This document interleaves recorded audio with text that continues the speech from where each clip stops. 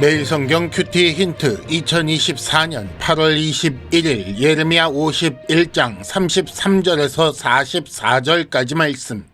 큐티 힌트는 성도 여러분의 큐티를 돕기 위한 것입니다. 성경 본문을 혼자 읽고 이해하며 묵상하고 적용할 수 있도록 배경과 내용을 설명하고 묵상과 적용을 위한 힌트를 제공합니다. 하지만 저의 묵상 내용을 나누거나 설교하는 것은 아닙니다. 큐티는 이 영상을 보신 후에 시작하는 지극히 개인적인 시간입니다.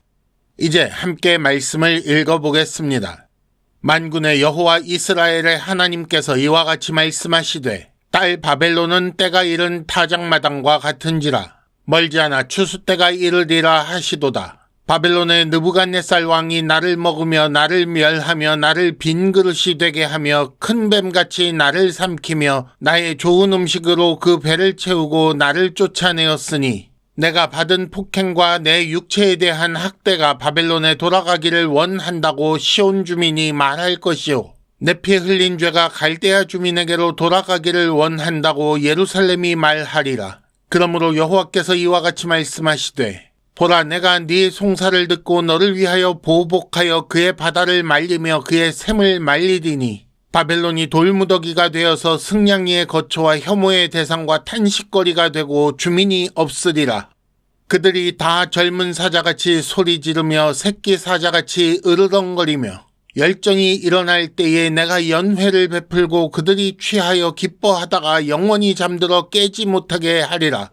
여호와의 말씀이니라. 내가 그들을 끌어내려서 어린 양과 순양과 순념소가 도살장으로 가는 것 같게 하리라. 슬프다, 세상이 함락되었도다. 온 세상에 칭찬받는 성읍이 빼앗겼도다. 슬프다, 바벨론이 나라들 가운데에 황폐하였도다. 바다가 바벨론에 넘치며 그 노도 소리가 그 땅을 뒤덮었도다.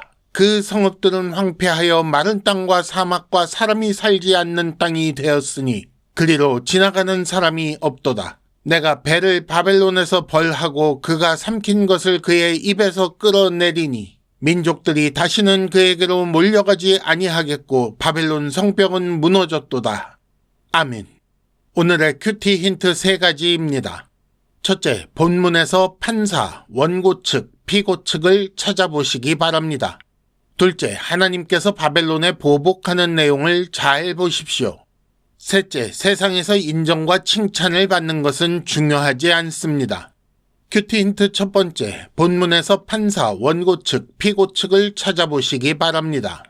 35절에 보면 죄가 갈대아 주민에게로 돌아가기를 원한다고 예루살렘이 말할 것이라고 하셨습니다.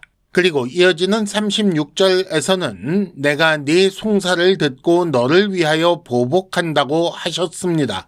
34절에서 고통을 호소하는 나라는 존재는 시온 주민과 예루살렘을 의미합니다. 그 나를 먹고 멸하며 삼키고 쫓아낸 자는 바벨론 느부갓네살 왕입니다. 그 모습이 마치 뱀이 먹이를 통째로 삼키고 나중에 그 뼈만 토해내는 장면을 연상하게 합니다. 세상이 지배하는 방식은 기본적으로 폭력입니다. 35절에 나오는 폭행과 학대가 바로 그것이지요. 하지만 이는 하나님께서 인정하지 않으시는 방법입니다. 하나님은 왕으로서 재판관의 자리에 앉으시고 하나님의 백성은 원고가 되고 세상 나라는 피고가 되어 재판이 진행되고 있습니다. 그래서 보복이라는 것은 하나님의 일이며 재판 결과를 집행하는 것을 말합니다. 그런데 생각해 보십시오. 만일 폭력으로 폭력에 맞서거나 사적으로 보복하려 한다면 이는 재판관이신 하나님의 일을 스스로 하려 하는 일종의 월권이 되는 것입니다. 힌트 첫 번째, 하나님 나라 백성은 하나님께 탄식하며 사정을 구하는 것이 옳습니다. 큐티 힌트 두 번째, 하나님께서 바벨론에 보복하는 내용을 잘 보십시오. 36절에서는 바다와 샘을 말리겠다라고 하셨고 37절에서는 돌무더기, 혐오의 대상, 탄식거리가 되게 한다고 하셨습니다. 39절에서는 내가 연회를 베풀고 그들이 취하여 영원히 잠들어 깨지 못하게 한다고 하시지요. 이는 앞서도 여러 번 살펴보았던 술에 취하는 것으로 나타낸 심판의 모습입니다. 그리고 40절에서는 어린 양과 순양과 순염소가 도살장으로 가는 것 같게 한다고 하셨습니다. 이렇게 보면 바벨론이 다른 나라에 행한 일과 결국 바벨론이 당하는 일이 같다는 것을 알 수 있습니다. 진노와 심판의 술잔을 마시게 하던 자가 이제 그 술잔을 마시게 됩니다. 약탈하던 자가 약탈을 당하고 폐허로 만들던 자가 폐허가 되는 거지요. 흩어진 양떼를 삼키고 뼈를 꺾던 자가 도살장에 끌려가는 양처럼 됩니다. 우리가 잘 아는 말씀이지요. 마태복음 26장 52절에 예수께서는 칼을 가지는 자는 다 칼로 망한다고 하셨습니다. 하지만 세상은 칼로 칼에 대항하라 그래야 망하지 않는다라고 주장하지요. 둘 중 하나가 참이면 다른 하나는 거짓인데 여러분은 어느 쪽이 참이라고 생각하십니까? 힌트 두 번째, 세상 폭력에 맞서 이기는 방법은 무엇인지 생각해 보십시오. 큐티 힌트 세 번째, 세상에서 인정과 칭찬을 받는 것은 중요하지 않습니다. 41절에서 바벨론에 대해 온 세상에 칭찬받는 성읍이라고 하셨습니다. 44절에서는 민족들이 그에게로 몰려가지 않게 될 것이다 라고 하셨으니 그 전까지는 여러 민족 많은 사람들이 바벨론으로 몰려갔다는 그런 말씀이지요. 바벨론은 주변국들을 지배했으며 공포의 대상이자 칭찬받는 성읍이었습니다. 주변 나라 사람들은 바벨론으로 몰려가서 바벨론이 이룩한 것을 우러러 보았을 것입니다. 하지만 세상의 인정과 칭찬, 그 우러러 보는 시선은 오래가지 않았습니다. 바벨론이 인정과 칭찬을 받은 이유는 힘 때문일 것입니다.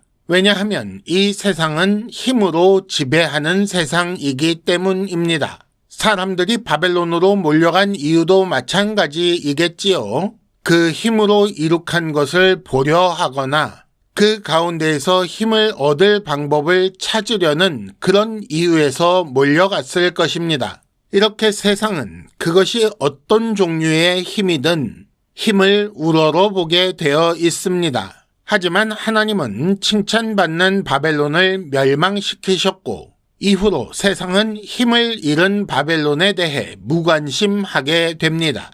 세상의 인정, 칭찬, 우러러보는 시선으로는 바벨론을 유지할 수 없습니다. 힌트 세 번째, 세상 시선에 신경 쓰지 말고 하나님 편에 서야 하지 않겠습니까? 이것으로 2024년 8월 21일 매일 성경 큐티 힌트를 마치겠습니다. 여러분 큐티를 통해 은혜 많이 받으시기를 바랍니다.